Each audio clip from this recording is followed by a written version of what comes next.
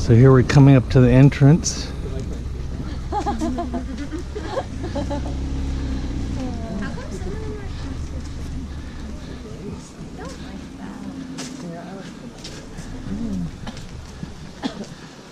Oh, look. Hi, sisters. How are you? Hello. I'm Daniel. Hello. This is Marion. Hello. Hi.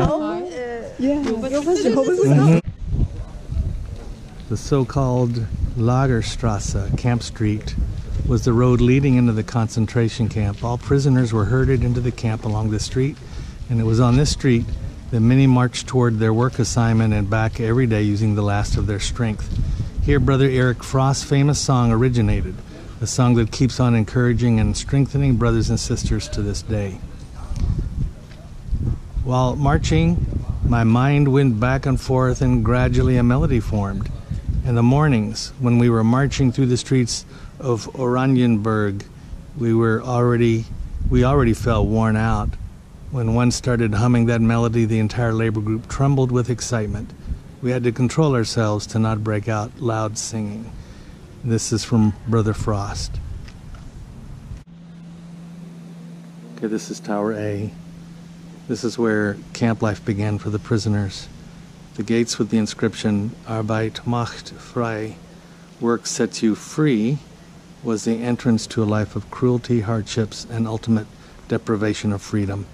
Despite the harsh welcome by the SS, however, Jehovah also prepared a very welcome for our brothers from the first, a welcome of love and kindness. And here's a quote from Brother Eric Frost. Unimaginable was the cruel reception by the SS guards.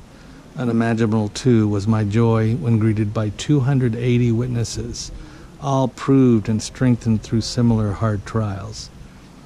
One brother had already seen me and had preserved a cup of barley broth for me, but my hands trembled. How grateful I was, however. Okay, this is the roll call area.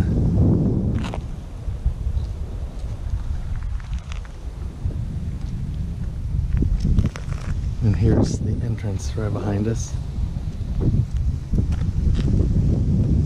The roll call area was a place of harassment and humiliation. Hours of standing still in any kind of weather was designed to demoralize inmates. It was here that our brother August Dickmann was publicly executed as the first conscientious objector in Germany. His love for Jehovah helped him to endure everything with dignity and motivated hundreds of his brothers to imitate his love. Here's a quote from the 74 yearbook. Everyone was impressed by his calmness and composure, like someone who had already won the battle. Approximately 600 brothers were present, his fleshly brother Heinrich standing only a few meters away. Okay, so we were over there, so we walked over to the side here, and these are the infirmary barracks. The two original infirmary barracks that have survived in the original form officially serve for the treatment of seriously ill prisoners. However, these were also places of terrible medical crimes. To our brothers, the infirmary barracks were a small Bethel. Brothers who worked here used their relative freedom to show active love and care for the spiritual and physical needs of their brothers. Here's where they were given baths. Okay, this is the meal servery, and the bath back there is where they would take someone to take a bath or be cleaned before he was admitted to the infirmary. The meals that have been prepared in the area, in the tea and diet kitchen, were served out here. Himmler made a general statement in 1942 about the feeding of concentration camp inmates. He said, as far as rations are concerned, we must see that we gradually achieve rations similar to the rations of Roman soldiers or Egyptian slaves, which contain all the vitamins and are cheaper. The aim of such a diet was to enable an inmate's capacity for work to be exploited for as long as possible, to increase the efficiency of efficacy of meals. Various experiments were subsequently carried out with different diets and synthetically produced food, among other things, on inmates in many concentration camps. In medical care too, efficiency was the criterion. An optimal diet for sick inmates should restore working strength as quickly as possible. These are where the barracks were, where you see the outline. All right, so here's a plaque of some who were murdered.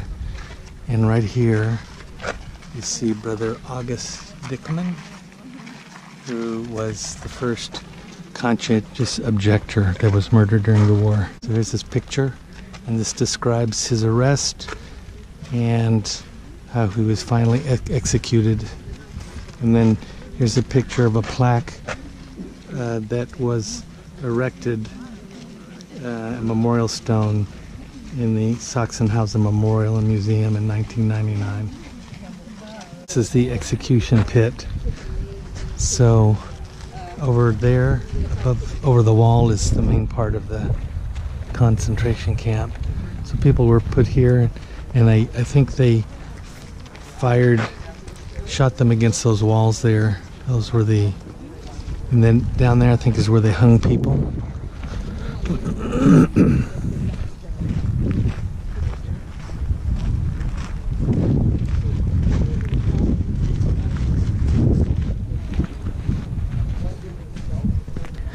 So if they walked down this way, I'm sure they knew they were about to be killed.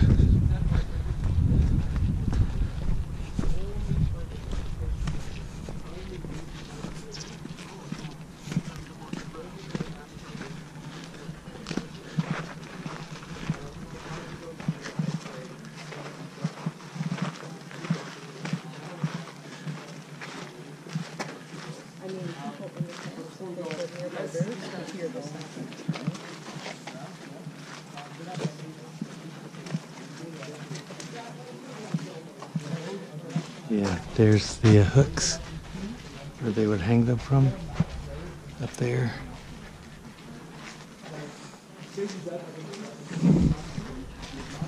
So this was the gas chamber here, and I think most people were not gassed at this camp. So it's a small chamber, and then this over here are the ovens where they would cremate the corpses.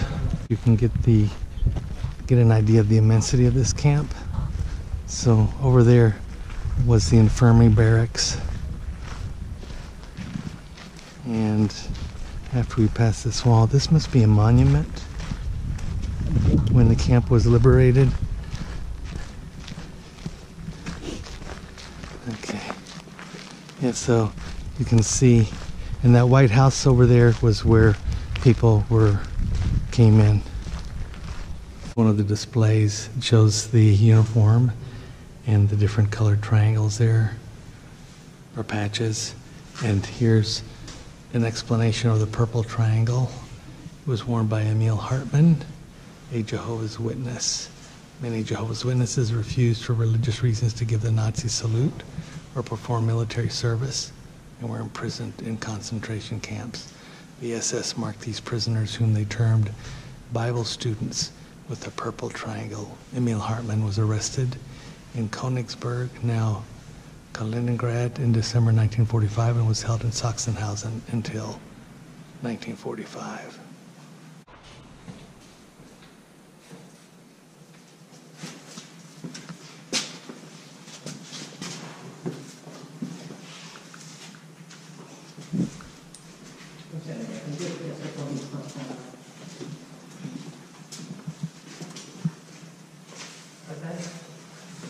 This is a recreated barracks that's built with reclaimed parts. Oh, these were this is a cleaning closet. These are the toilets.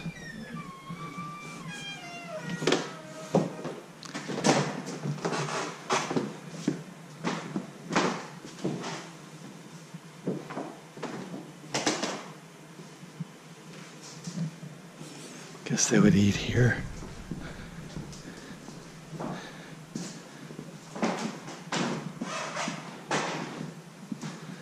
And that's what it looked like.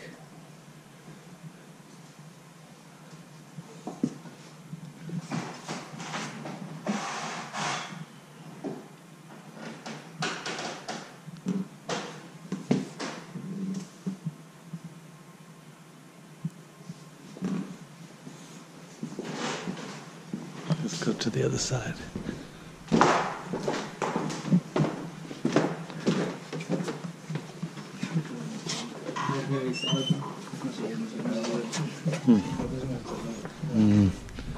Where they would wash.